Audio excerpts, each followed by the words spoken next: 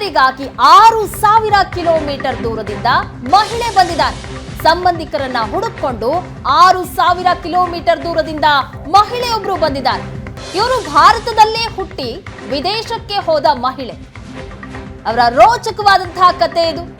35 ವರ್ಷಗಳ ಬಳಿಕ ಭಾರತದಲ್ಲಿ ಸಂಬಂಧಿಕರಿಗಾಗಿ ಹುಡುಕಾಟ ನಡೆಸ್ತಾ ಇದ್ದಾರೆ. ಸಂಬಂಧಿಕರನ್ನ ಹುಡುಕೊಂಡು 6,000 ಕಿಲೋಮೀಟರ್ ದೂರದಿಂದ ಮಹಿಳೆ ಬಂದಿದ್ದಾರೆ. ಅವರ ರೋಚಕವಾದಂತಹ ಸ್ಟೋರಿ ಇದು. 35 ವರ್ಷಗಳ ಬಳಿಕ ಭಾರತದಲ್ಲಿ ತಮ್ಮ ಸಂಬಂಧಿಕರಿಗಾಗಿ ಹುಡುಕಾಟ ನಡೆಸ್ತಾ ಇದ್ದಾರೆ. ಭಾರತದಲ್ಲೇ ಹುಟ್ಟಿರೋದು ಇವರು, ಆದ್ರೆ ವಿದೇಶದಲ್ಲಿ ಹೋದಂತಹ ಮಹಿಳೆ. ಅವರ ರೋಚಕವಾದಂತಹ ಸ್ಟೋರಿ. ಹುಟ್ಟಿದ್ದು ಮೈಸೂರಲ್ಲಿ, ಬೆಳೆದಿದ್ದು ಸ್ವೀಡನ್ನಲ್ಲಿ.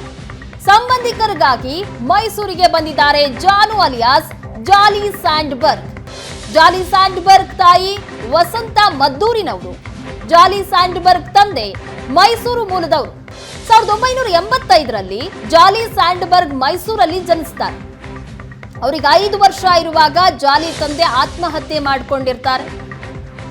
ಜಾಲಿ ಅಜ್ಜಿ ತನ್ನ ಮಗಳು ವಸಂತಾಳಿಗೆ ಮತ್ತೊಂದು ಮದುವೆಯನ್ನ ಮಾಡಿದ್ರಂತೆ. ಮದುವೆ ಬಳಿಕ ವಸಂತ 2ನೇ ಗಂಡನ ಮನೆ ಸೇರ್ಕೊಂಡ್ರು.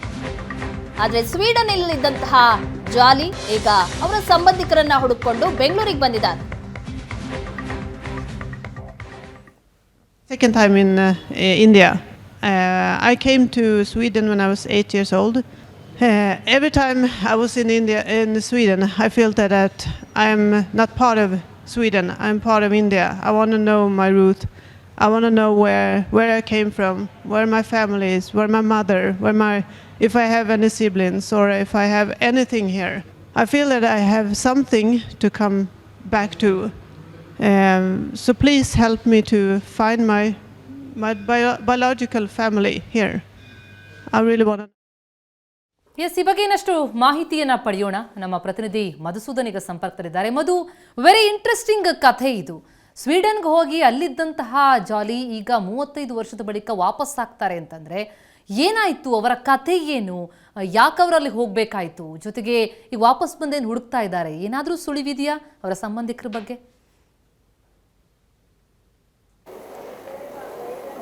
ಪ್ರತಿಮೆ ಈಗಾಗಲೇ ಒಂದು ವಾರಗಳಿಂದ ಅವರು ಈ ಥರದ ಒಂದು ಹುಡುಕಾಟವನ್ನು ಮಾಡ್ತಿದ್ದಾರೆ. ಆದರೆ ಯಾವುದೇ ಸುಳಿವು ಸಿಕ್ಕಿಲ್ಲ. ಸಿಗದೇ ಇರೋದಕ್ಕೆ ಬಹುಮುಖ್ಯವಾದ ಕಾರಣ ಅವರ ಪೇರೆಂಟ್ಸ್ನ ಬಗ್ಗೆ ಯಾವುದೇ ಒಂದು ಸುಳಿವಿಲ್ಲದೆ ಇರ್ತಕ್ಕಂಥದ್ದು. ಯಾಕಂತೇಳಿದ್ರೆ ಜಾಲಿ ಅಲಿಯಾಸ್ ಈಗ ಜಾಲಿ ಅಂತ ನಾವೇನು ಹೇಳ್ತಾ ಇದ್ದೀವಿ, ಅವ್ರ ಮೂಲ ಬರುವಂಥದ್ದು ಮೈಸೂರು. ತಾಯಿ ಮಂಡ್ಯದ ಮದ್ದೂರಿನವರು, ಅದಷ್ಟೇ ನೆನಪಿರ್ತಕ್ಕಂಥದ್ದು ಅವರಿಗೆ. ಅದೇ ರೀತಿಯಾಗಿ ತಂದೆ ಮೈಸೂರು ಜಿಲ್ಲೆಯ ಯಾವುದೋ ಒಂದು ಗ್ರಾಮ ಅಂತ ಹೇಳ್ತಾರೆ. ಅಂದರೆ ತಂದೆ ಬಗ್ಗೆ ಅಷ್ಟು ಕೂಡ ನೆನಪಿರೋದಿಲ್ಲ.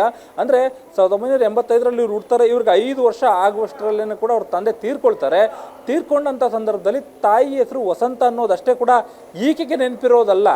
ಈಕೆ ಏನು ಬೆಂಗಳೂರಿನ ಒಂದು ಚಿಲ್ಡ್ರನ್ ಹೋಮ್ನಲ್ಲಿ ಇವ್ರನ್ನ ತಗೊಂಡೋಗಿ ಬಿಡ್ಲಾಗಿತ್ತು. ಆ ಒಂದು ಚಿಲ್ಡ್ರನ್ ಹೋಮ್ನಲ್ಲಿ ಕೊಟ್ಟಿರ್ತಕ್ಕಂಥ ಮಾಹಿತಿ ಪ್ರಕಾರವಾಗಿ ತಾಯಿ ವಸಂತ ಹೇಳಿ ಗೊತ್ತಾಗುತ್ತೆ. ಆ ನಂತರದಲ್ಲಿ ಅವರ ಮೂಲವನ್ನು ಹುಡ್ಕೊಂಡು ಹೋಗ್ತಾರೆ. ಆದರೂ ಕೂಡ ಯಾವುದೂ ಸಿಕ್ಕಿಲ್ಲ. ಆದರೆ ಇವರ ಕಥೆಯನ್ನು ಕೇಳೋದು ಭಾಳ ಇಂಪಾರ್ಟೆಂಟ್. ಯಾಕಂತೇಳಿದ್ರೆ ಈಕೆಗೆ 5 ವರ್ಷ ಆಗ್ತಿದ್ದಂತೆಯೂ ಕೂಡ ತಂದೆಯನ್ನು ಕಳ್ಕೊಂಡಿರ್ತಾರೆ. ತಾಯಿಗೆ 2ನೇ ಮದುವೆ ಆಗುತ್ತೆ. ಅಂದರೆ ಮೈಸೂರಿನಲ್ಲಿದ್ದಂತಹ ತಾಯಿ ತನ್ನ ಗಂಡ ತೀರೋದ್ಮೇಲೆ ಮದ್ದೂರಿನ ತಾಯಿ ಮನೆಗೆ ಬಂದು ವಾಪಸ್ ಆಗ್ತಾರೆ. ವಾಪಸ್ ಆದ ಮೇಲೆ ಮಗಳಿಗೆ ಅವರು ಮತ್ತೊಂದು ಮದುವೆಯನ್ನು ಮಾಡ್ತಾರೆ ಚನ್ನಪಟ್ಟಣದ ವ್ಯಕ್ತಿಯ ಜೊತೆಗೆ. ಆಗ 2ನೇ ಗಂಡನ ಮನೆಗೆ ಹೋಗುವಂಥ ಸಂದರ್ಭದಲ್ಲಿ ತನ್ನ ತಾಯಿಯ ಮನೆ ಅಂದರೆ ಅಜ್ಜಿಯ ಮನೆಯಲ್ಲಿ ಈ ಮಗುವನ್ನು ಬಿಟ್ಟು ಹೋಗಿರ್ತಾರೆ. ಆದರೆ ಅಷ್ಟರಲ್ಲಿ ಅಜ್ಜಿಗೂ ಕೂಡ ಯಾವಾಗ ಹುಷಾರು ತಪ್ಪುತ್ತೆ, ತನ್ನ ಪಕ್ಕದ ಮನೆಯಲ್ಲಿದ್ದಂಥ ಜಯಮ್ಮ ಅನ್ನೋರ ಕೈಗೆ ಈ ಮಗುವನ್ನು ಒಪ್ಪಿಸಿ ಅವರು ಕೂಡ ಕಣ್ಮುಚ್ಕೊಂಡಿರ್ತಾರೆ. ಆದರೆ ಜಯಮ್ಮ ಯಾರು ಏನು ಅಂತ ಗೊತ್ತಿಲ್ಲದೆ ಈ ಮಗುನ ಹೇಗೆ ಸಾಕೋದು ಅನ್ನೋ ಒಂದು ಲೆಕ್ಕಾಚಾರ ಬಂದಂಥ ಸಂದರ್ಭದಲ್ಲಿ ಬೆಂಗಳೂರಿನಲ್ಲಿ ಹೋಗಿ ಒಂದು ಚಿಲ್ಡ್ರನ್ ಹೋಮ್ಗೆ ಈ ಮಗುವನ್ನು ಬಿಡಲಾಗುತ್ತೆ. ಆದರೆ ಈ 1989ರಲ್ಲಿ ಸ್ವೀಡನ್ನ ದಂಪತಿಗಳಿಗೆ ಅವರು ಈ ಮಗುವನ್ನು ದತ್ತು ಕೊಟ್ಟಿದ್ದಾರೆ. ದತ್ತು ಕೊಟ್ಟಿದ್ರೆ ಇಷ್ಟು ಮುಗಿದಿರುತ್ತೆ. ಆದರೆ ಆ ನಂತರದಲ್ಲಿ ಈಗ 35 ವರ್ಷದ ನಂತರದಲ್ಲಿ ತನ್ನ ಪೇರೆಂಟ್ ಅನ್ನ ಹುಡ್ಕೊಂಡು ಬಂದಿರತಕ್ಕಂಥದ್ದು. ಆದರೆ ಎಲ್ಲ ಕಡೆ ಕೂಡ ಸರ್ಚ್ ಮಾಡ್ತಾ ಇದ್ದಾರೆ. ಈಗ ತಂದೆ ಇಲ್ಲ, ತಾಯಿ ಇಲ್ಲ, ಅಜ್ಜಿ ಕೂಡ ಯಾರೂ ಇಲ್ಲದೆ ಇರೋ ಕಾರಣಕ್ಕಾಗಿ ತನ್ನ ಪೋಷಕರೇ ಬೇರೆ ಇನ್ಯಾರಾದರೂ ಸಿಗ್ಬೋದಾ ಅನ್ನೋ ಒಂದು ಲೆಕ್ಕಾಚಾರದಲ್ಲಿ ಮೈಸೂರಿನ ಸುತ್ತಮುತ್ತ ಈಗ ಹುಡುಕಾಟವನ್ನು ಮಾಡ್ತಿದ್ದಾರೆ. ಪ್ರತಿಮಾ, ಥ್ಯಾಂಕ್ ಯು ಸೋ ಮಚ್ ಮಧು ತಮ್ಮೆಲ್ಲ ಮಾಹಿತಿಗೆ.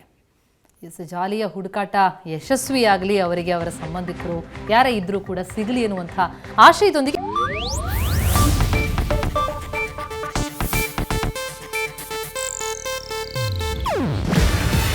ಇದು ಏಷ್ಯಾನೆಟ್ ನ್ಯೂಸ್ ನೆಟ್ವರ್ಕ್ ಪ್ರಸ್ತುತಿ.